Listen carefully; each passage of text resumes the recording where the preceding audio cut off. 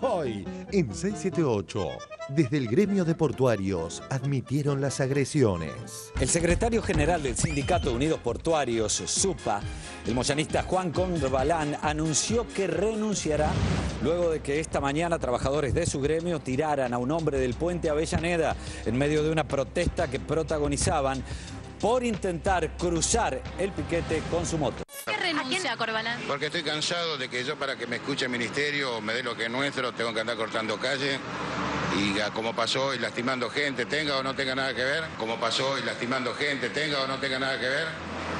Y no es lo que yo quiero para el sindicato. Esto no es contra el gobierno. Si vos me preguntás, ¿estás como ya? No estoy como ya, ¿no? Como el gremio es moyanista, el grupo Clarín editó la parte donde se reconoce el accionar violento. El renunciante titular del gremio de los portuarios, Juan Corbalán, esto decía. ¿Qué renuncia, Corbalán? Porque estoy cansado de que yo, para que me escuche el ministerio o me dé lo que es nuestro, tengo que andar cortando calle.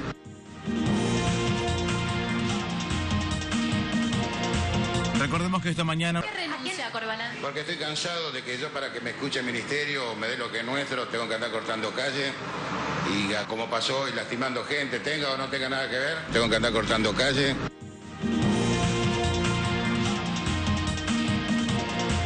Recordemos que esta mañana un motociclista fue golpeado. Repercusiones del programón de anoche. Ayer en el programa 678, unos jóvenes del PRO, un chico que se llama Demián Martínez, Leandro Santoro, de la Unión Cívica Radical, y Paula Penaca, del Frente para la Victoria, para reflejar posiciones diferentes de la juventud militante en la Argentina. Parece ser que hubo tramos muy interesantes de la discusión. La propuesta de reforma del Código Penal había sido algo que había surgido de un debate amplio, plural, donde había representaciones multipartidarias, y que lo que se está inhabilitando con esa posición que se originó en las declaraciones de Massa, pero que después lamentablemente la oposición en su conjunto adhirió, es frenar el debate, frenar el diálogo, porque ni siquiera ya estaba resuelto que ese era el nuevo Código Penal, ¿no? Creo que el tema de la reforma del Código Penal se podría llevar a cabo más adelante, pero hay temas fundamentales que hay que resolver antes. A mí lo del Código me parece que sí es importante.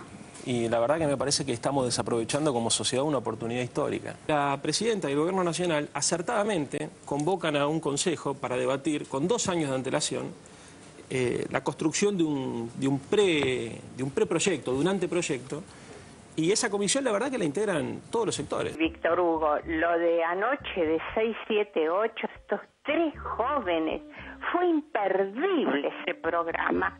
Estos son los políticos que van a venir. Malvinas. El Reino Unido ya tiene sus candidatos para negociar.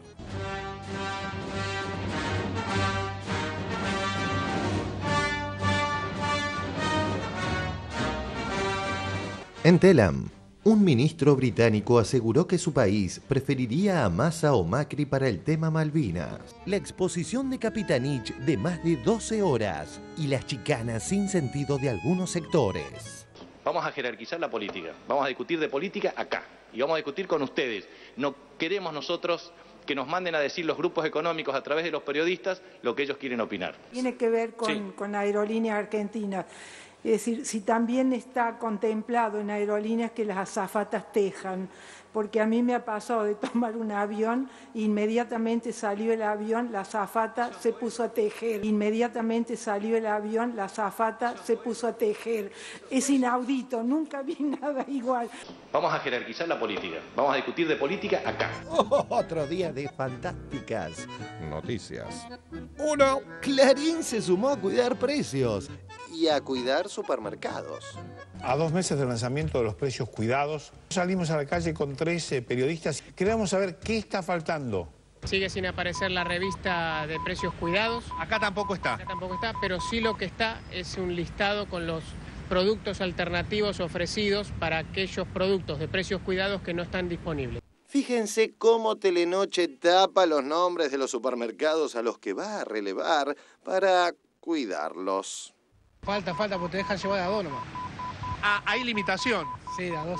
Y recuerden que nuestros relevamientos diarios, salgan o no al aire, pueden verse en diarioregistrado.com. Probémoslo.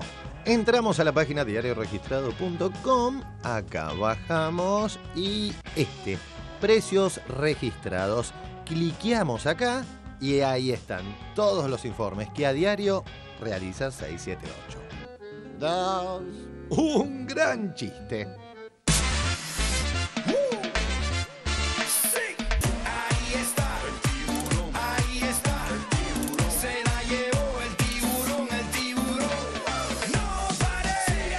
Estuvo el domingo para lo que era el almuerzo de la vendimia solidaria que estaba organizada por Daniel Vila y por José Luis Manzano.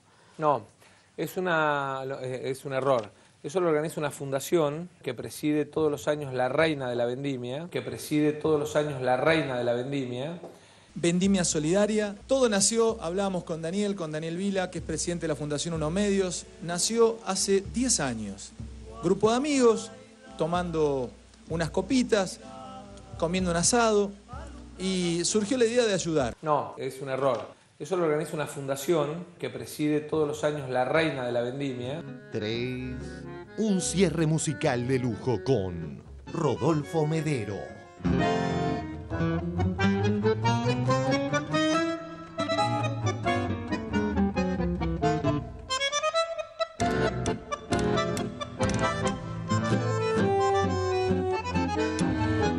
¡Mueve! 678. Un equipo que sale jugando. Su hija Alma estaba en el aeropuerto y la niña conoce a otro niño, juegan, hasta que el niño Te dio un beso. ¡No! ¿Proyectás esto a los 15, 16 años? A los 6, 7. No. 6, 7. No. Ya sí, a los 4 años sí.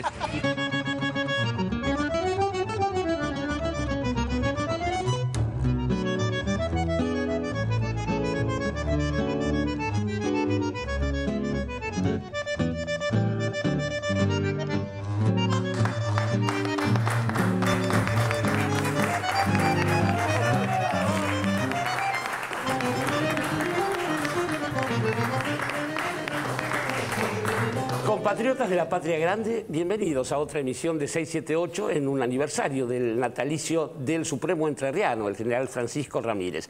Buenas noches, compañeros columnistas del panel. Quiero contarle a nuestra audiencia que, dado que estamos siempre incorporando nuevas tecnologías y cuestiones de progreso, esto que ustedes suelen ver aquí abajo, el hashtag para el Twitter, para el servicio de Twitter, va a contar a partir del domingo con una innovación, y es que ustedes van a poder enviar sus respectivos tweets que van a aparecer así como una especie de dato de santidad de mi persona o de Barragán, ya que van a transcribirse los tweets de las personas que colaboren con el programa. Así que cada vez más participación, cada vez más cerca. Y ahora sí me voy a poder dedicar a la presentación de nuestros dos invitados, ciertamente deluxe, en el programa de hoy. Tengo a mi izquierda al querido maestro Rodolfo Mederos. Bienvenido. Algunos, los veteranos de mi generación, recordarán que en un disco de Almendra había un tema, Laura, donde aparecía un fuelle, era el señor Rodolfo Mederos. De ahí en más, la excelencia en el ejercicio del bandoneón, de la composición, bueno, todo ese tipo de cosas. Y además, ¿quién mejor que él para homenajear a don Aníbal Troilo? Porque este es el año troiliano, y va a estar en el Tazo los días, yo le cuento, 18, 19, 25, 26 de abril, y después le cuento todo eso. Querido Rodolfo, una alegría y un gran placer. Muchas gracias. Tengo del otro lado, nuestro otro invitado de hoy es el doctor Roberto Carles. Le pido un aplauso primero. El doctor Carles, pese a su flagrante juventud, es graduado en Derecho con diploma de honor en la Universidad de Buenos Aires, ha hecho su posgrado en la Universidad di Ferrara. Bueno, a ver, maneja así ligeramente el castellano, el inglés, el italiano, el alemán y el portugués. Tiene entre sus... Bueno, jamás va a ir a un albergue, a un hotel donde esté Anthony Perkins. Del otro lado, Psicosis es una de sus películas favoritas. La Divina Comedia es una de sus lecturas favoritas. Y como Nobody's Perfect, el doctor Carles es un reconocido hincha de San Lorenzo. Dios lo perdone. El doctor Carles, quiero decir ahora ya los efectos de su invitación, es coordinador de la Comisión para la elaboración del proyecto de ley de reforma, actualización e integración del Código Penal, y todo aquello que la comunidad argentina periodística ignora, él lo sabe. Así que bienvenido, doctor Carles. Muchas gracias por la invitación. Entre nosotros. Vamos a ir al primero de los informes de 678, y que tiene que ver primero con el programón realmente de anoche, el programa donde estuvieron representantes, jóvenes representantes del PRO, del Frente para la Victoria y de la Unión Cívica Radical, además de nuestros jóvenes panelistas también. Y en esas repercusiones va a ir colado también, naturalmente, la polémica por el polémico Código Penal que algunos todavía no terminan de entender. Vamos al informe y enseguida lo dialogamos. Frente para la Victoria, PRO y UCR debatieron en 678. Repercusiones de un programón. Ya en enero habían compartido nuestra mesa Paula Penaca de la Cámpora y el joven radical Leandro Santoro. Anoche se sumó Demián Martínez Naya del PRO y se armó un lindo debate con diferencias y coincidencias. Ayer en el programa 678, unos jóvenes del PRO, un chico que se llama Demián Martínez, Leandro Santoro de la Unión Cívica Radical y Paula Penaca del Frente para la Victoria, para reflejar posiciones diferentes de la juventud militante en la Argentina. Parece ser que hubo tramos muy interesantes de la discusión. La propuesta de reforma del Código Penal había sido algo que había surgido de un debate amplio, plural, donde había representaciones multipartidarias y que lo que se está inhabilitando con esa posición que se originó en las declaraciones de Massa, pero que después lamentablemente la posición en su conjunto adhirió, es frenar el debate, frenar el diálogo, porque ni siquiera ya estaba resuelto que ese era el nuevo Código Penal, ¿no? Creo que el tema de la reforma del Código Penal se podría llevar a cabo más adelante, pero hay temas fundamentales que hay que resolver antes. A mí lo del código me parece que sí es importante. Y la verdad que me parece que estamos desaprovechando como sociedad una oportunidad histórica. La presidenta y el Gobierno Nacional acertadamente convocan a un consejo para debatir con 2 años de antelación la construcción de un preproyecto, de un anteproyecto. Y esa comisión la verdad que la integran todos los sectores. Quiero saber cuál es la urgencia vos como representante del Frente para la Victoria de que ya hoy se sancione el Código Penal. Yo no entiendo la urgencia de tratar un Código Penal hoy cuando los chicos no arrancan las clases en la provincia de Buenos Aires, en varias provincias. Yo te digo 2 cosas. La primera te doy vuelta a la pregunta. ¿Cuál es la objeción para en un proceso natural, que no lo empezamos hoy, se viene dando hace 2 años, porque la comisión no se creó ayer o el 1 de marzo cuando Cristina dio el discurso de apertura de la Nacional? Entonces digo, ¿cuál es el obstáculo para hoy, después de un proceso natural, de que hace 2 años se creó una comisión, se conformó la comisión, se inició un debate, se generó un anteproyecto, eso se frene y no avance? Y me parece que ahí en realidad queda claro que para ustedes esto es una cuestión electoralista y no para nosotros, que venimos respetando un proceso de 2 años para la fecha. Y lo segundo que te digo es que coincido con vos en que la educación es central para el desarrollo de cualquier país, para el desarrollo de la sociedad, para el crecimiento, para lograr esa inclusión por la que nosotros trabajamos todos los días. Entonces lo que no termino de entender es por qué ustedes dejaron a 9.000 chicos sin vacantes en la ciudad de Buenos Aires. Bueno, esto es lo que ayer ocurría en 678. Interesantísimo que pueda debatirse de esa manera. Buen día, Víctor Hugo. Yo vi anoche 678, me quedé muy impresionado por estos jóvenes que son fruto de esta gestión, porque nunca se vio una cosa igual. Víctor Hugo, lo de anoche de 678, estos 3 jóvenes, fue imperdible ese programa. Estos son los políticos que van a venir. Yo creo que lo que estamos acá es frente a un uso sensacionalista de una herramienta que debería ser tratada con responsabilidad. Para que la gente entienda, a partir de la sanción de este código, una violación y 10 van a hacer lo mismo.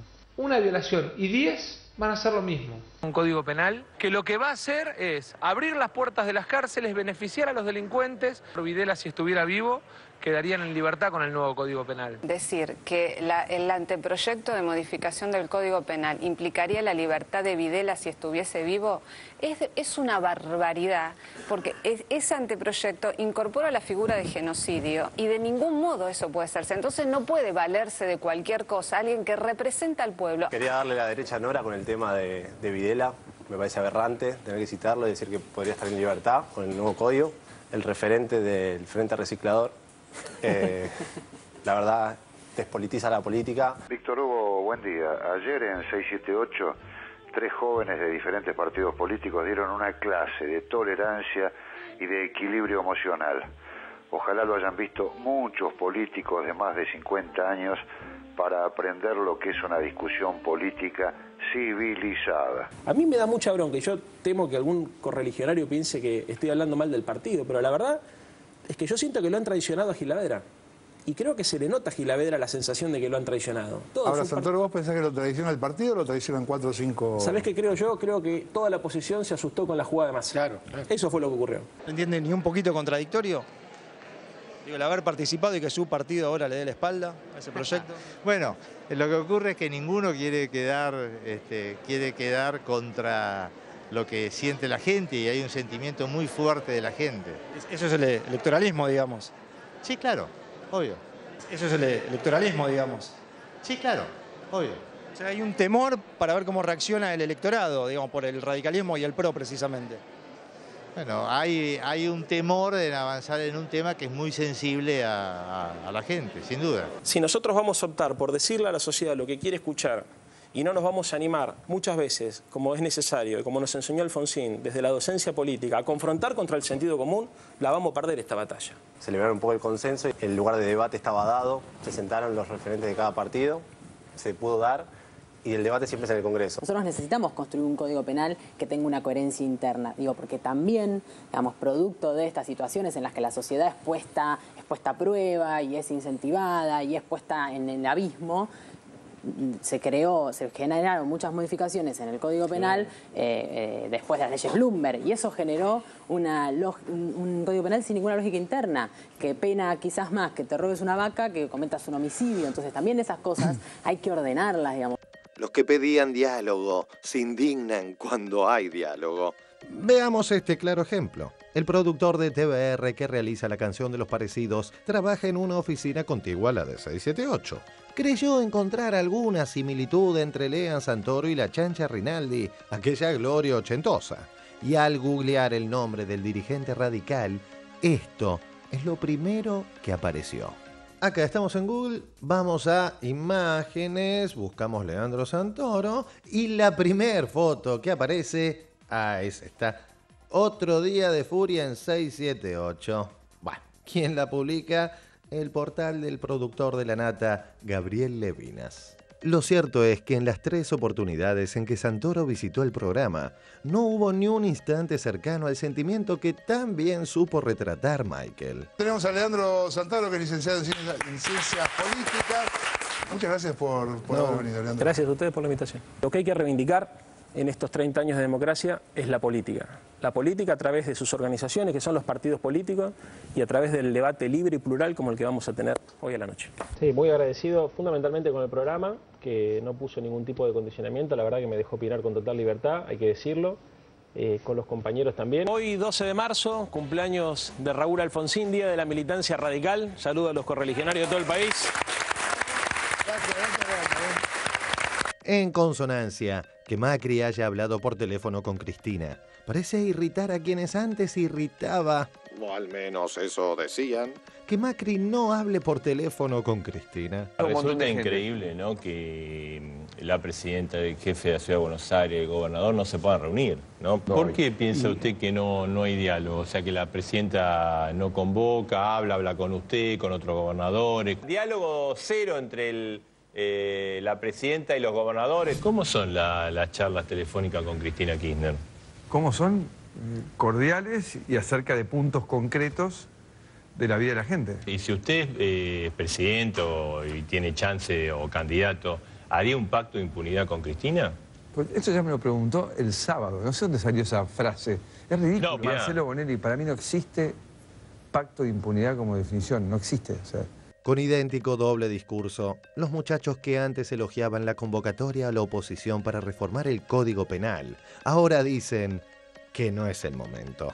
Ha habido una actitud muy buena de la presidenta ahora con la reforma del Código Penal, cuando convocó el otro día al doctor Zaffaroni, al diputado Pinedo, al diputado Gilavedra, es decir, a gente de la oposición, para hacer de esta reforma algo ejemplar.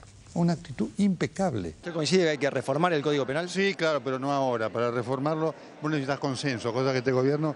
Creo que la palabra consenso no la conocen en el diccionario. Usted había dicho que era una actitud impecable de la presidenta iniciar este anteproyecto. Efectivamente, hacerlo y buscar esta pluralidad, pero después hay que buscar los consensos políticos. Y eso el gobierno no lo busca. ¿Qué querés que le haga yo? Que el masismo proponga una consulta popular en relación al Código Penal. De acuerdo con la consulta popular. Así es inconstitucional aparte. Lo que pasa es que este gobierno apoya tantas cosas ilegales que finalmente se han encontrado con la horma del zapato. ¿Qué cosas ilegales apoya este gobierno? Y cuando buscó de alguna manera la reforma de la Constitución. ¿Cuándo buscó la reforma de la Constitución este gobierno? Alguno pensó en un plebiscito para reformar la Constitución. ¿Quién? Bueno, gente del oficialismo, así que... ¿Pero quién? ¿Alguno? Me dice, este gobierno intentó reformar la Constitución, me está diciendo. ¿Pero es que no intentó reformar la Constitución? Este gobierno no quiso. ¿En qué momento? ¿De qué manera fue? Ay, chicos, escuchen lo que dijo Diana Conti y demás, no me pregunten a mí. Si ustedes no están informados, no les puedo decir yo. Chao. Me parece que hay que hacer un llamado a la coherencia de todos los sectores políticos que estuvieron participando de esto.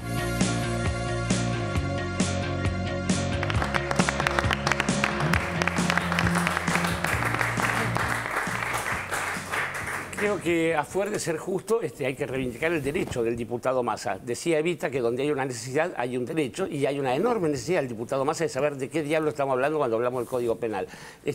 Creo que no se entendió mucho. Doctor Carles. Bueno, en base a lo que escuché me gustaría primero aclarar un par de cosas. No fue una ocurrencia de la presidenta hacer una reforma del Código Penal porque, bueno, quiere dejar una herencia majestuosa para la posteridad. Nosotros tenemos un Código Penal que tiene 93 años, que está basado en un proyecto del siglo XIX, o sea que ni siquiera es el Código de 1921, y que ha sufrido más de 900 reformas en 93 años. Reformas que son los famosos parches que le hicieron perder coherencia interna al sistema. Un código es como un sistema, ¿no? Como una computadora que uno toca una parte y si no lo hace bien, se descalabra el conjunto. Así tenemos ahora problemas tales como, bueno, que el secuestro de una mujer embarazada tiene la misma pena que el homicidio de la misma mujer, ¿no? De una mujer embarazada. Entonces, como ese ejemplo hay muchísimos en el Código Penal. A eso se suman más de 400 leyes penales especiales dispersas, que ni siquiera los jueces conocen, no saben dónde están, no saben cuántos delitos hay. En algunos casos hay supuestos que se superponen con los del Código. De modo que la reforma es necesaria. Se viene intentando reformar el Código insistentemente desde la década del 40 del siglo pasado. En el informe que nosotros elevamos a la presidenta damos cuenta de todos los proyectos y de hecho cada artículo que proyectamos tiene sus antecedentes indicados en los respectivos proyectos precedentes. De modo que no fue algo hecho de apuro. Mismo el proyecto que hemos elaborado ha estudiado y analizado todos esos antecedentes, además del derecho comparado. Ahora, yo lo que quisiera aprovechar la ocasión para reivindicar la actitud de la presidenta y para reivindicar a la comisión en sí, porque este es un hecho, esta comisión es algo que no tiene precedentes en la historia argentina, salvo precisamente la comisión que elaboró el Código Penal vigente, que, bueno, una comisión presidida por un conservador como Rodolfo Moreno en la primera presidencia de Irigoyen. Un hecho prácticamente sin precedentes. Y un esfuerzo muy grande que hicieron los miembros de la comisión por alcanzar un texto consensuado. Obviamente, el resultado final no fue el código que hubiera querido hacer Pinedo por su cuenta, ni el que hubiera hecho Zaffaroni por su cuenta. Han hecho un esfuerzo todos por alcanzar un consenso que en la mayoría de los temas, diría en el 95% de las cuestiones, en las más importantes, se alcanzó. Por eso es una lástima ver que se corre riesgo de perder esta oportunidad histórica, fundamentalmente por una cuestión de oportunismo político, ¿no? Carles, en suma, el sentido de reformar el código y la necesidad no tienen nada que ver con lo que se dijo hasta ahora, con las críticas. Y por otra parte, ¿las críticas tienen algún asidero, delirio de abrir las puertas para los criminales y qué sé yo? No, para nada, no tienen ningún asidero. Yo hace un par de días tuve un encuentro muy interesante con el diputado provincial Ramiro Gutiérrez, que supuestamente ha sido el artífice de esta serie de enunciados que están colgados en la web para juntar firmas en contra del código. Es curioso también que promuevan una oposición al código en sí, ¿no? Y no a determinadas disposiciones o a determinados delitos o penas. Yo he escuchado críticas de todo tipo. La Nata, el sábado pasado, en Clarín, publica en su columna, por ejemplo, que se bajaba la pena de la violación.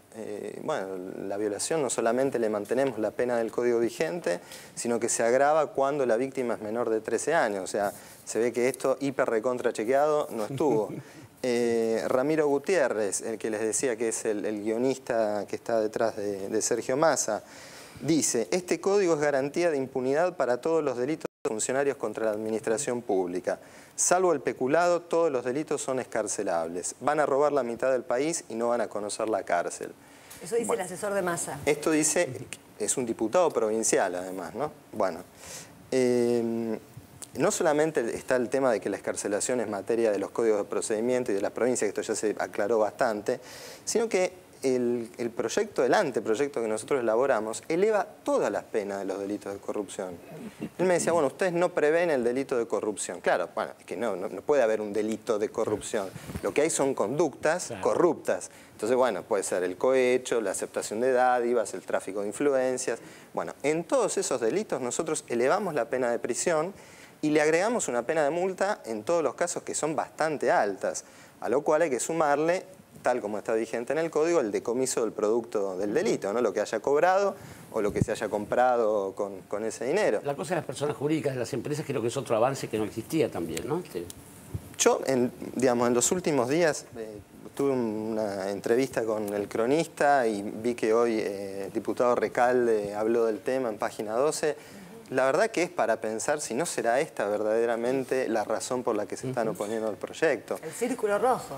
Sí, sí, tal cual, tal cual. Es muy innovadora la cuestión de la responsabilidad de las personas jurídicas.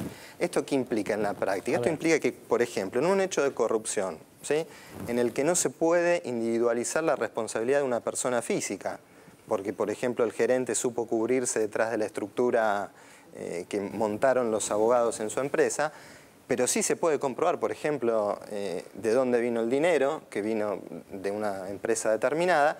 Esa empresa sí puede sufrir sanciones que van desde una multa hasta la cancelación de la personería jurídica, digamos, la pena de muerte sería en materia de sanciones. Bueno, esto me parece que son las cuestiones que quizá, si uno piensa además cómo están conformados los espacios políticos que se están oponiendo a esta propuesta, no me parece muy disparatado pensar que acá está el verdadero motivo. Además de la cuestión de que se le está impidiendo a la ciudadanía poder escuchar a sus representantes en el Congreso discutir estos temas. Es decir, a mí me gustaría escuchar qué opina Sturzenegger, por ejemplo, sobre el delito de cohecho financiero que estamos agravando y que estamos incluyendo el cohecho activo. O me gustaría escucharlo a Massa a ver qué opina en materia de estupefacientes, que vi que hoy tuvo una actitud un poco que no se definía mucho. Bueno, impedirle a la ciudadanía escuchar este debate, escuchar a sus representantes, bueno, qué opinan de estos temas, esto es lo que me parece más grave de todo. Sí, tenemos la impresión de que esto ha llegado a la gente también de un modo brutal, como todas las campañas. Hablábamos el otro día acerca de la verdadera inseguridad informativa. Rodolfo Medeiros no es un ciudadano de a pie, pero ¿cómo viviste esta historia? Yo estoy sorprendido porque que quede claro que no soy analista de la realidad, simplemente la percibo y la vivo y la sufro y la denuncio cuando puedo. Me pareció muy pedagógico lo que acabo de escuchar e incluso lo que antes de ayer creo la doctora Rebori, ¿puede ser? Sí. Garrigó de Rebori. Sí, porque ayer no lo pude ver el programa. Me resultó altamente instructivo porque uno como ciudadano común no conoce muchas cosas. La verdad, la jurisprudencia es compleja, tanto como una partitura. Sí, claro. Es como que yo pretendería, claro, explicar ahora por qué se hacen determinadas cosas en la música. Sí. No es tan fácil. Y para un ciudadano común como yo, este tipo de cosas me dejan, no fuera porque me siento partícipe de esto, pero muy sorprendido. En principio, ante el hecho de que alguien, como recién vi, hace varios días que estoy viendo y hoy también, que se oponga a la reforma del Código Penal.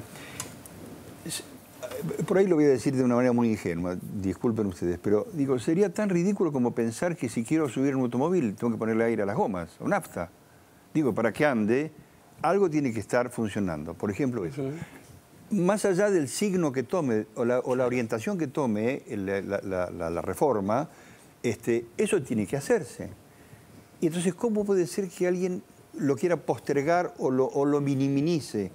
Recién se me aclaró algo y que no tenía yo en cuenta, y es que quizás una de las razones sea el hecho de que, lo voy a decir de una manera muy simple, que las empresas sean tal vez en una posible reforma objeto de una penalidad, y esto a lo mejor les esté produciendo algún interés.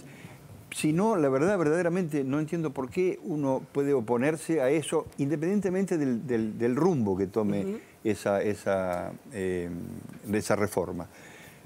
Yo escucho, la verdad es que prefiero escuchar mucho porque aprendo cosas que me gustaría poder explicar mejor, pero estoy sorprendido y muy adrenalínico con esto, ¿no? Sí, porque, claro, es como cuando subo a tocar. Digo, no me resulta indiferente esta cosa. Siempre pienso que el hombre transita un momento, bueno, si vamos a contar desde las cavernas, son unos cuantos miles de años. Pero aún así, como una época todavía adolescente, ¿no? Como que intenta organizarse. Finalmente ha creado la maravilla de la democracia, que aún así adolece de una cantidad de defectos. Todos los días estamos intentando mejorarla, apuntalarla, defenderla. Necesitamos este tipo de debates, este tipo de encuentros para poder seguir avanzando en medio de esos codazos que nosotros decimos la oposición. Para los demás también nosotros seremos la oposición. Digamos, hay como una especie de dicotomía en la raza humana donde pareciera que llevamos las conquistas, la democracia en este caso, pero en medio de un teatro de acciones, parezco ya, donde lo contrario también ejerce su fuerza. Si no, no estaríamos discutiendo, si no, no estaríamos peleando y si no, no estaríamos haciendo todo lo que hacemos. Y entonces a veces pienso, si no, y con esto no quiero evadir la charla puntual, pero digo, ¿no es una naturaleza humana esta especie de yo quiero apoderarme de lo que tiene él y necesito tener de esclavo a fulano y necesito... ¿No es esta una naturaleza? Y en todo caso, si es así y si entendemos que es así, ¿cuál es el mecanismo o cuál es la expectativa para que el ser humano pudiera finalmente resolver en un sistema, llámese democracia o el que fuere, o una democracia mucho más tal vez acabada en sus detalles, para que no tengamos que hacer estos programas, para que hablemos de otras cosas, para que no hablemos de estas cosas que nos están... A mí me lastiman mucho, verdaderamente. Y qué lindo sería poder hablar de música. Bueno, ustedes dirán, porque soy músico, claro, pero de muchas otras cosas. Pero el instrumento es la ley, Rodolfo. El instrumento pensado por la humanidad es la ley, el cuerpo de las leyes. Pero Mederos es lobo de palma, decían los latinos, por ejemplo. El hombre es lobo del hombre y estas cosas. Quiero comentar que mi apellido es Mederos, no Mederos. Sí, se ha comido una S, así que una palmada en la cola a quien escribió Yo me encargo, Rodolfo. ¿Le puedo preguntar algo a Roberto? Sí, dale. Sí, porque... A ver, digo, aprovechando su pedagogía, su carácter didáctico, porque generalmente se dice, bueno, el gobierno eligió a Zaffaroni.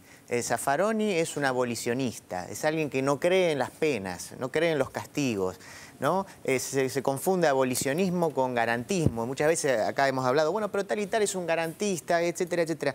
¿Vos podrías explicar en 2 minutos qué es eso, cuáles son las diferencias, cuál sería la posición de Zaffaroni? Sí, bueno, Zaffaroni no es abolicionista. El abolicionismo propone, como lo dice su nombre, la abolición de la cárcel, la abolición del sistema penal. El Código Penal. Y esto no es lo que sostiene Zaffaroni. Entonces, un código penal abolicionista es una contradicción en los términos, es como decir un código de comercio comunista.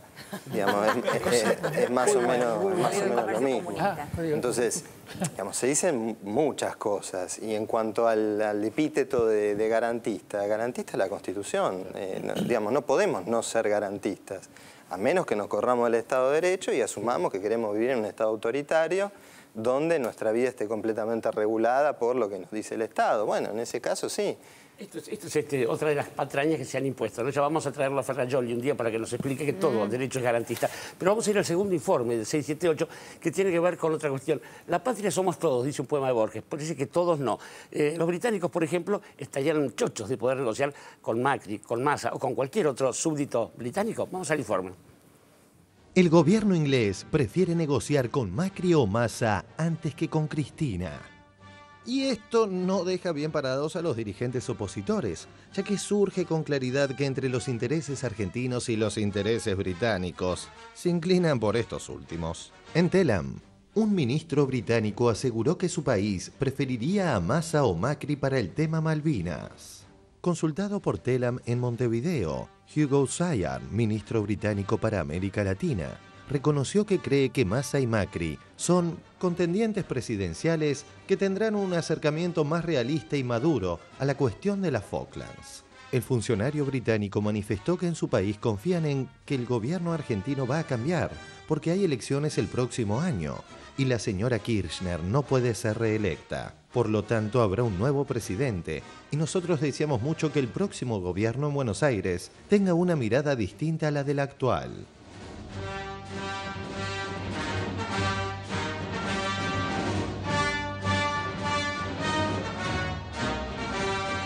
Sobran los ejemplos que retratan a estos sectores de la oposición, más preocupados por los intereses foráneos que por los nuestros. Diario La Nación del 21 de febrero de 2012. Malvinas. Un grupo de intelectuales pide cambiar la política. Romero, Sarlo, Kovadlov y Sebrelli, y los periodistas Jorge Lanata, Gustavo Noriega y Pepe Eliashev, entre otros, instan a respetar los intereses de los isleños. La intervención que más polémica causó fue quizá la de Romero, que el 14 de este mes publicó una columna de opinión en La Nación con el título ¿Son realmente nuestras las Malvinas? ¿Ustedes plantean específicamente el tema de la autodeterminación o no está enunciado? Nosotros enunciamos que los kelpers, y digo mal los kelpers, los isleños, o como ellos se autodenominan, los Falklanders, que nosotros diríamos malvinenses, pero digamos isleños para entrar fuera del conflicto, no son solamente portadores de intereses, son también sujetos de derechos y también tienen opciones y deseos. Aparte, las Malvinas no son Cancún. Yo no me voy a pelear por un islote que te morís de frío, que hay ovejas, ¿no? Y además la señora presidenta no tiene que provocar a Inglaterra hoy por una razón muy obvia. No tenemos una bala ni para un día de combate. Nosotros no podemos pelear ni con Uruguay. Entonces, ¿de qué se hacen los machitos? Trascendió el borrador, en principio, de una carta que Elisa Carrió tiene pensado enviar a varias embajadas. Dice, la Argentina sufre una inusitada escalada de violencia que tuvo un inicio verbal, pero que recientemente ha acentuado aspectos alarmantes de violencia física. Es obvio. Aunque la medida ha tenido un gran respaldo popular, muchos argentinos se muestran en contra de la decisión de su gobierno. El gobierno argentino se apropió de la empresa antes de que el Congreso apruebe la expropiación. Y lo hizo de mala manera por la televisión, con un decreto. Y esto le hace daño al prestigio de la Argentina. El señor Melconian, por ejemplo, yo lo he escuchado decir... Sin descalificar, Heller. No voy a aceptar que les digan buitres a esos señores de buena fe que han comprado bonos. Eso es una mentira de Telam. Eso es una declaración de Melconian. Yo me opongo a que esto se lo llame buitres, porque hay montones de tipos que de buena voluntad compraron deuda argentina para ahorrar, que de buena voluntad compraron deuda argentina para ahorrar. Y también tenés los buitres, llamados buitres, que son tipos que van a los mercados secundarios de la deuda a buscar países berreta a 20 guitas. Y ahí apareció Argentina. Pero del lado lindo del mostrador, en su bajada de línea del domingo, Víctor Hugo reinventó su mejor relato y así nos contaba otro de los grandes goles de nuestra historia. Un ataque a fondo de Repsol por la derecha. Brufao amenaza con pedir 18.000 millones de dólares, pero controla el Estado argentino y manda la contra en una muy buena salida. Se está jugando en la mitad de la cancha, aunque se sabe que el árbitro no es demasiado confiable. Hay que jugar duro y que se note lo menos posible. El juez toma nota de lo que pide Repsol, un penal sin arquero. Piden cualquier cosa y aunque parezca mentira, el periodismo español sale a la cancha en un apoyo emocionante para las corporaciones. Pero el partido empeora todavía cuando aparece un fuerte sector del periodismo argentino y desorienta a los que defienden al Estado. Brufao para la pelota y pide apoyo internacional. Juega en España, México y un poco también, aunque no tanto, Estados Unidos. Contra todo el mundo el partido se torna difícil, pero atención, atención. Se escapa por izquierda YPF, se desprende de la marca de Repsol. Esquiva como Diego las zancadillas y payas y las zancadillas no sin payas. Argentina ofrece 5.000 y si no te gusta quejate en la FIFA. Brufao piensa de nuevo la jugada, parece que va a decir que sí. Gol, gol argentino. Despliegan banderas en vaca muerta. Los chorros de petróleo parecen asociarse al festejo en un regol inolvidable. Repsol baja el copete y YPF se abraza en la mitad de la cancha. Ha culminado la jugada para todos los tiempos. Barriles negros y espesos de qué aventura retornan para dejar en el camino tanto contra, para que el país sea un puño apretado, un grito de todos, una esperanza que crece. Perdónenme, es para gritarlo, es para celebrar este gol en la jugada que ojalá sea para todos los tiempos.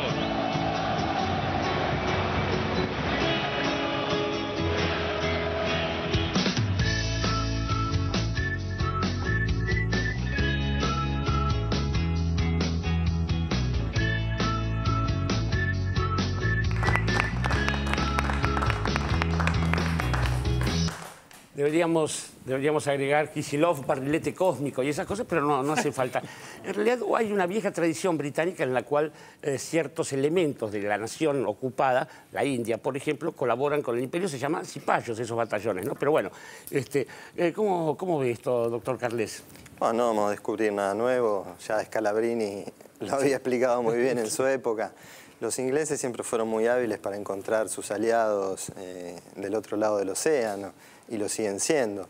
Los personajes que veíamos recién son personas que, bueno, sabemos que van a rendir cuentas a las embajadas de las principales potencias. ¿Ve Argenleaks, visita del diputado Mas y tantas otras cosas? Sí, tenemos el episodio de Wikileaks, ¿no? Y bueno, los trascendidos, que de hecho involucran a algunos de estos sujetos. Yo lo que no entiendo, o sí entiendo, es... digamos, ¿cuál es la crítica que se le puede hacer a este gobierno? Digamos, ¿qué se puede esperar de otro gobierno en materia de Malvinas? Porque este gobierno lo único que ha hecho, que no es poco, es ni más ni menos que cumplir con su deber. Es decir, claro, reivindicar la soberanía de las islas, que es lo que corresponde, y reclamar el diálogo al cual insta la Organización de Naciones Unidas sobre un territorio que está reconocido como territorio en litigio y que hay varias resoluciones instando al diálogo entre las partes, que está supervisado además por el Comité de Descolonización. Entonces, esto que fue lo mínimo, indispensable, que había que hacer antes que mandar, no sé, ositos de peluche a las islas, digamos, ¿cuál es la alternativa? ¿Qué es lo que espera el Reino Unido de la Argentina en materia de las Malvinas? Esto es lo que no... El gobierno ha ganado consenso, además, largamente, de manera bastante importante en los últimos tiempos, ¿no? Pero Rodolfo, no sé si esto de la soberanía también te involucra del mismo modo. De todas maneras, lo que está quedando en claro es que al haber este reclamo es porque esta gestión alguna cosa ha logrado. Si no, no habría este reclamo. Lo que me hace mucha gracia es que esperan un gobierno más realista, es decir, más con la realeza. Más monárquico, claro, ciertamente. El muchacho Cameron. Querido Edgardo Moca, hoy después de tanto tiempo de no verte, de no hablarte. Ya cansado de buscar. Bueno. Me voy. Somos la columna tanguera del 678, Rodolfo. Me parece que hay algo de los dos bloques que conforma una articulación. Durante mucho tiempo nos preguntamos todavía qué quieren cuál es el proyecto político de los que se oponen encarnizadamente a este gobierno.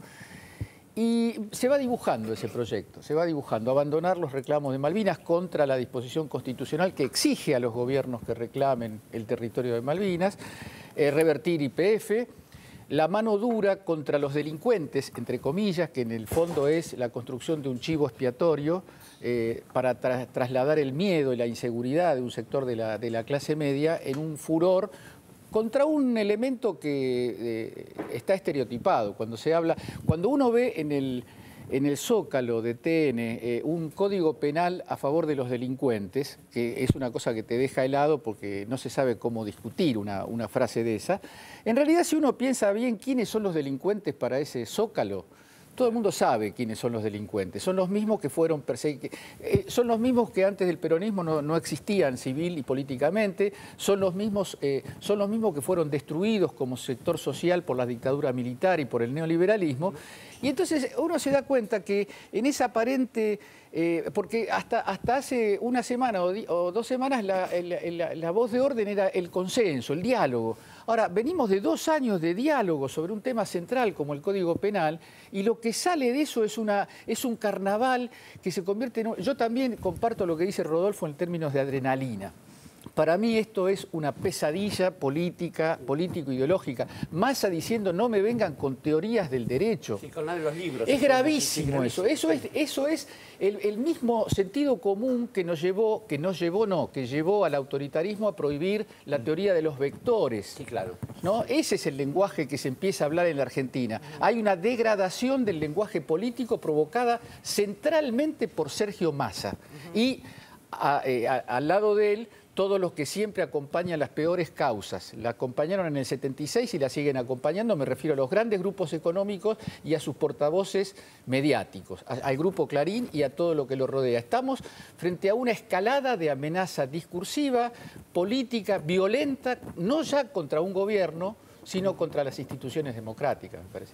Clarísimo, y se va perfilando claramente quién es Sergio Massa. ¿Sandra Russo? Sí, bueno, en el mismo sentido, ¿no? Porque la verdad que a mí también me impresiona ver cómo, digamos, nosotros empezamos hace unos años con este programa tratando de desmontar algunas operaciones que se hacían desde los grandes medios cuando eso estaba completamente naturalizado y parecía que había periodismo independiente, que había periodismo objetivo y todo eso. Y en las últimas semanas, en los últimos tiempos, me parece que se aceleró un dislate en los medios de comunicación. Me parece que aquello que llamaron la grieta no era algo que les molestaba, sino algo que vinieron a instalar y me parece que consiste en que hay una realidad real ante la que uno puede tomar posición, estar de acuerdo, desacuerdo, que este código, que no el código, discutir, etcétera. Pero no es eso lo que pasa. Generan una realidad virtual. En este mismo momento en Tigre hay no sé cuánta gente alrededor de Sergio Massa que está haciendo un acto contra el Código Penal y contra que salgan los delincuentes, la puerta giratoria y toda la zaraza esa que esta semana le vimos pronunciar en una cantidad ininterrumpida de estudios de televisión sin que a ninguno de esos que se llaman periodistas se le moviera un músculo cuando ellos mismos saben que están mintiendo. Porque trabajan para canales que decidieron adherir a la campaña de Sergio Massa a la presidencial del 2015. Entonces son todos soldaditos de los dueños de los canales, teniendo que mantener una misma línea editorial y teniendo que hacer como que Massa es como un mago que saca una paloma debajo de la manga y sabe que la cámara en ese momento va a enfocar para otro lado, ¿no? Entonces la escena es esa. Yo recordaba que llegó a las elecciones de medio término con una denuncia de robo, sugiriendo que era una apretada del gobierno, cuando el tipo ya sabía que el que lo había robado en la casa era un ex empleado de él. Es un mentiroso por naturaleza y esto retoma la vieja tradición menemista de la revolución productiva y del salariazo, que es mentirle a la gente que lo sigue para después decepcionarla una vez que tenga el poder. Porque esta película ya la vimos. Massa no es nada nuevo, es un viejo invento televisivo. Absolutamente. Y en la televisión, en esos espacios, se sigue denostando a este espacio con bastante falta de ética y de fair play. Vamos a ir al tercer informe de 678, en esta noche, que tiene que ver con la exposición del jefe del Gabinete de Ministros, Jorge Capitanich, en el Senado, y la extraña relación de algunos con el tiempo, el trabajo y la comprensión de los discursos. Vamos al informe. Capitanich en el Senado. El jefe de gabinete habló ayer en el Senado más de 12 horas sin sentarse ni interrumpir su exposición ni un solo instante. Hoy, desde las usinas, perfectamente articuladas del neoliberalismo, se cuestiona esta política económica. Se cuestiona el nivel de gasto público, se cuestiona el déficit fiscal, se cuestiona la política económica y se cuestiona efectivamente las bases estructurales de este modelo. Y para eso vengo a discutir con ustedes acá, porque es muy bueno que discutamos, porque es muy bueno que en la República Argentina no discutamos a través de los periodistas, sino que discutamos los políticos. Vamos a jerarquizar la política, vamos a discutir de política acá y vamos a discutir con ustedes. No queremos nosotros que nos manden a decir los grupos económicos a través de los periodistas lo que ellos quieren opinar. Opinen ustedes, ustedes son la voz del pueblo. Por eso vengo acá a discutir todas las horas que sea necesaria con ustedes, pero con números. Y puedo discutir con números o puedo dejar estos números acá, porque los tengo acá. Y sobre todo tengo la política acá. Creo que estos 11 años de gobierno, con virtudes y defectos, merece destacarse que ha habido gobernabilidad política. Aquí gobierna la política. Le guste a quien le guste. Las decisiones son políticas y acá no hay ningún ministro de Economía impuesto por un grupo económico nacional o transnacional. Aquí hay decisión autónoma y acá hay ejercicio de la autonomía en su más profunda forma de ejecución. En el diario Página 12, uno de los cruces más fuertes de la jornada fue con la ex ministra de Economía de Julio Cobos, Laura Montero. La senadora se fastidió cuando Capitanich le recordó, después de su discurso, que ella había sido parte del oficialismo hasta 2009, cuando se produjo el conflicto por las retenciones móviles. No contenta con la respuesta que estaba recibiendo, hacía comentarios fuera de micrófono. «Respéteme, yo la respeto a usted», le dijo Capitanich, hasta que lo acusó de haber hecho un ajuste neoliberal. Si usted proyecta la inflación sobre la base del mes de enero, entonces, en definitiva, está generando expectativas absolutamente falsas. Por una razón, pero no, yo le permití que usted se explaye. Lo que le quiero transmitir, ¿sabe lo que tiene que plantearse? Claramente es lo siguiente. Yo expliqué acá los alcances y el diseño de la política económica.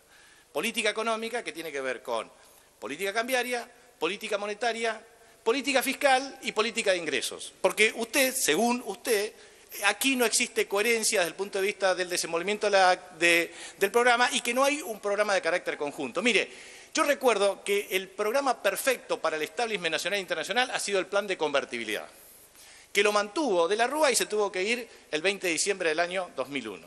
La verdad, pero esto no es una crítica política. Digo, muchas veces lo que ocurre es que los planes perfectos terminan explotando perfectamente. Eso sí, perfectamente explotan. La evolución del índice de precios, como usted sabe, depende, primero, de importaciones o de expectativas.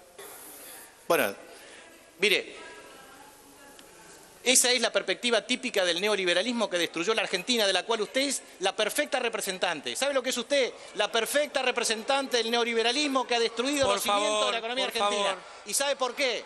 Por favor, por dos razones. Por dos razones. Por favor. Por dos razones. La primera razón, ¿sabe cuál es la primera razón?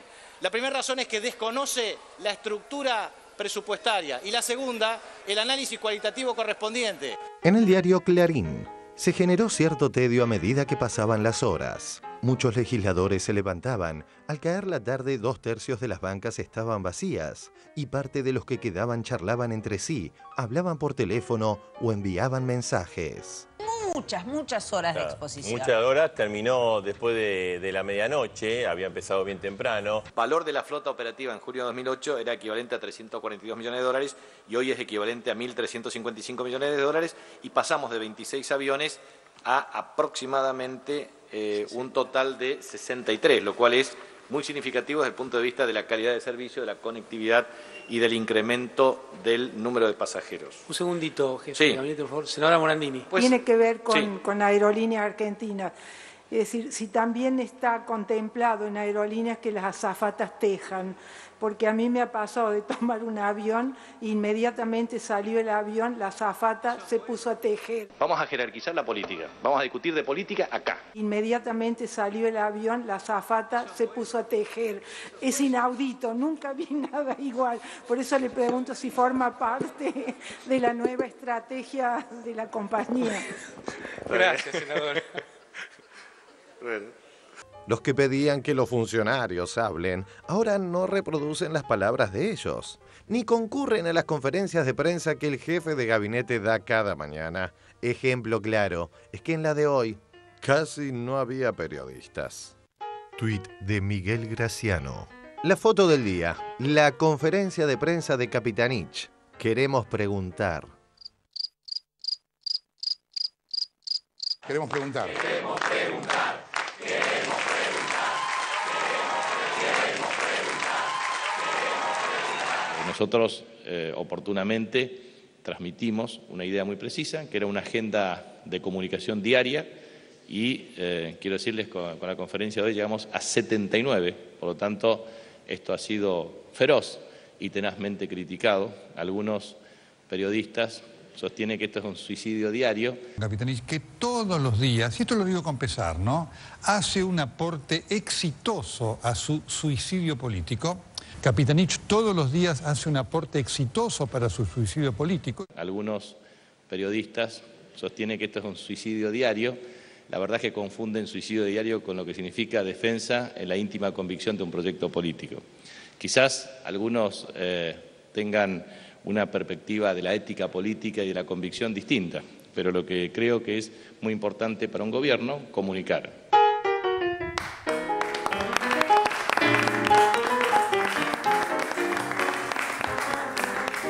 Hay cosas que caen por su peso, salvo algunos senadores.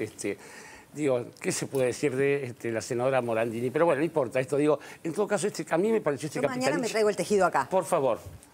Candidata a vicepresidente de la República, me acotan desde la producción, sí, en fin. Digo, Capitanich parece que demostró en el ámbito donde correspondía el énfasis de una discusión. En las conferencias de prensa son para comunicar, el Senado es para debatir. Doctor Carles, me lo imagino usted un poco enfervorizado también, llegado el caso, ¿no? Sí, bueno, porque de lo que estaba hablando el jefe de gabinete, que por cierto admiro la paciencia que tuvo, de jerarquizar la política, esas fueron sus palabras, ¿no? ¿Y qué sería hoy jerarquizar la política en esta situación actual? Elevar el nivel del debate. Me parece que ese es el eje central. Si nosotros vemos lo que está pasando, vuelvo al tema que me compete, del Código Penal, en el que en lugar de estar discutiendo las propuestas concretas que nosotros hemos presentado a la presidenta, que ni siquiera son las propuestas reales del Poder Ejecutivo todavía, en lugar de eso hemos tenido que salir a desmentir una serie de falsedades, dejando lugar, digamos, entrando en la lógica del duranbarbismo, porque es eso lo que estamos haciendo, ¿no? En lugar de debatir política, de elevar el nivel de la discusión, estamos desmintiendo barbaridades. Y creo que eso es a lo que apuntaba también el jefe de gabinete y es lo que sufrió en el Congreso, ¿no? Cuando le salen con el tejido, o si le dieron ventanilla o pasillo. No sé, yo tengo que viajar la semana que viene, le voy a pedir que me hagan una bufanda a la azafata, así que... Es la única tensión que falta, estoy volando muy seguido y realmente están dando bien eso. Como Rodolfo Mederos dentro de un ratito ya nos va a deleitar con su arte, le voy a dar la palabra a Cintia García, quien la he tenido amordazada hasta el momento. No, está bien. Yo creo que estamos viviendo un proceso similar al de la ley de medios, a la ley de servicios de comunicación audiovisual, en la idea de que estas expresiones, que hay un contexto sociopolítico que se anima digamos, a tomar los costos, ¿no?, de reformar el Código Penal, de hacer un nuevo Código Penal, porque era probablemente previsible, y es tal vez una pregunta, que los empresarios morales, tomando las palabras de Zaffaroni, que ha habido en todos los tiempos en la historia de la humanidad, iban a ser eje en situaciones de temor de la sociedad, ¿no? Entonces, que iban a generar de este anteproyecto una especie de fantasma donde el eje de discusión es si las penas suben o las penas bajan. Efectivamente, hay penas que bajan y hay muchas que suben, hay nuevos delitos y demás. Pero si se pusieran a discutir eso, sería otra cuestión. Lo que están haciendo es instalar temor. Y el Código Penal necesita consenso. Hay una necesidad de consenso social que necesita ese código. A mí me da muchas ganas de solidarizarme con Pinedo y con Gil Lavedra, por los solos que los han dejado sus respectivos partidos políticos. No solo los han dejado solos, sino que los han ninguneado, han desafiado sus propios consensos en un grupo político que se pide consenso todo el tiempo. ¿Cómo fue esa reunión de consenso justamente entre las comisiones? ¿Cómo fueron las discusiones? ¿Cómo se llegaron a los acuerdos? ¿Y qué expectativas hay de que esto finalmente entre al debate del Congreso? Bueno, primero respecto a lo que decías antes, Cintia, me parece que lo que está pasando ahora ya ha superado los límites de otras experiencias anteriores. Por ejemplo, de los empresarios morales, Bloomberg o Ruckauff en su momento. Ruckauff en su brutalidad decía, bueno, hay que darle bala a los delincuentes. Era honesto. Era una cosa brutal, ¿no? Pero bueno, era honesto, tal cual. Bloomberg proponía recetas completamente equivocadas, contraproducentes bajo todo punto de vista, pero bueno, uno podía discutir, argumentar y por más que el diálogo era difícil, ¿no? Pero esto ya es directamente la mentira lisa y llana, esto ya es una campaña publicitaria de marketing político, como decíamos recién, duranbarbismo puro. Ahora, para hacer un poco de justicia a la comisión, hubo un esfuerzo muy grande. Nosotros trabajamos más de 18 meses en la que todos los miembros de la comisión, incluso campaña electoral de por medio, recordemos el año pasado, asistieron a todas las reuniones. Incluso hubo semanas en las que nos reunimos hasta 3 veces, discutiendo a veces, girando sobre un mismo tema para tratar de alcanzar un acuerdo. Entonces, en una época en la que se reclama tanto diálogo, tanto debate, se dice que el gobierno no escucha, bueno, que se intente hacer, que se desperdicie una oportunidad histórica como esta, haber tenido un proyecto elaborado por una comisión plural, la verdad sí, da mucha pena. Esperemos, digamos, la última versión oficial que tenemos es la palabra de la presidenta el 1 de marzo ante la Asamblea Legislativa y para mí es la única palabra que cuenta. Ya han intentado amedrentarla en muchas otras ocasiones y no lo han hecho, no creo que esta vaya a ser la primera oportunidad. Ciertamente. Rodolfo, ¿te levantás a escuchar los discursos de Capitanich o te conformas? Sí, pero no, acá no puedo opinar porque no lo vi y estoy absorto con lo que está pasando. Bueno, ya veremos primero la cita lejana de abril que tenemos con ese tema. Vamos a ir a un corte, el primer corte en 678 y ya volvemos. Les recuerdo que a partir del domingo van a poder tener, además del hashtag que está aquí debajo sobre el tema del día, van a poder opinar con sus respectivos tweets por encima de la cabeza de los conductores. Ya volvemos. Alguien me regaló estos aires, yo que estaba por quebrar.